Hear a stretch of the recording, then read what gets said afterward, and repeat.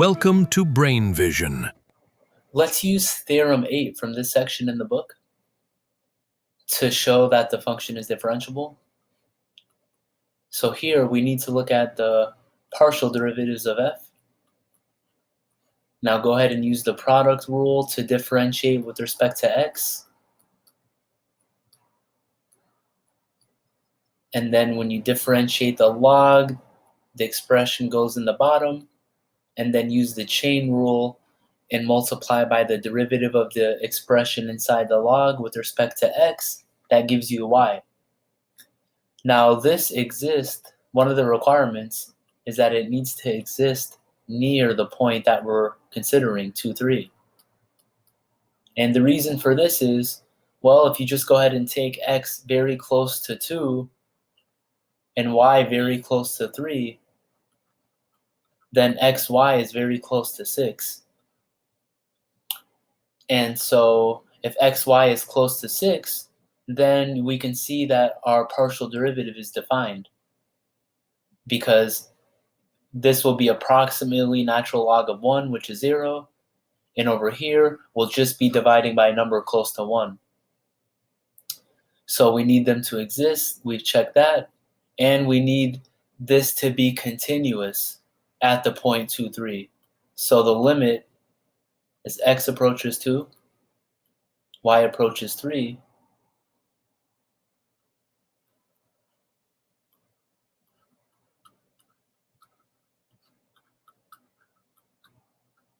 well, we know the natural log is a continuous function, and here we have a rational function. They're both continuous, and these functions are both defined at the point 2, 3.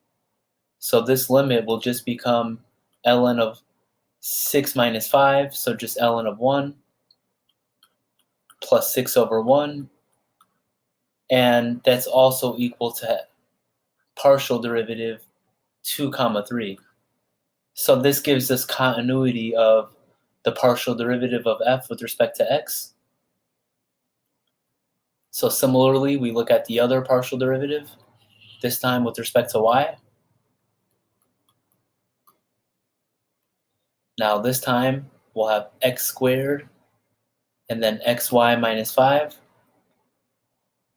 As we said before, if x is close to 2 and y is close to 3, then this fraction will be defined. So this does exist near the point 2, 3. The other thing is we have to check that it's continuous. And this is a rational function. It's defined at the point. So this will just be 4 over 1, which equals fy 2, 3. So it's also continuous.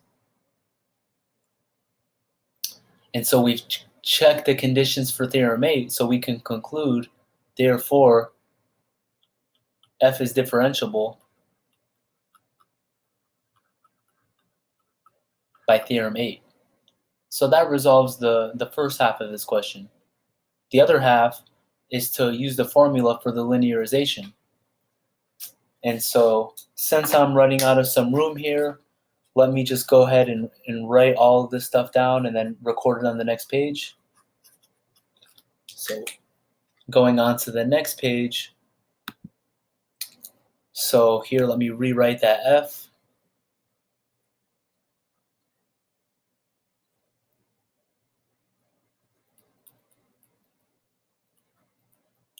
It's a natural log there, xy minus 5 at the point 2, 3. So we have our formula for the linearization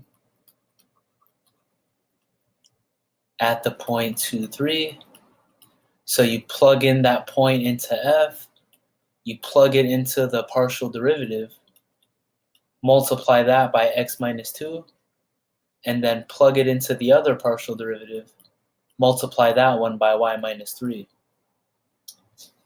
So here, I didn't record my formulas from the previous page, so I'll just rederive those quickly.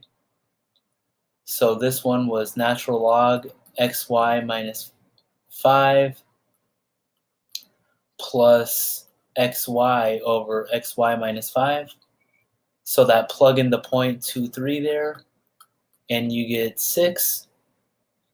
Similarly, fy, this one should have been 4 if I remember. So here you get x squared over xy minus 5.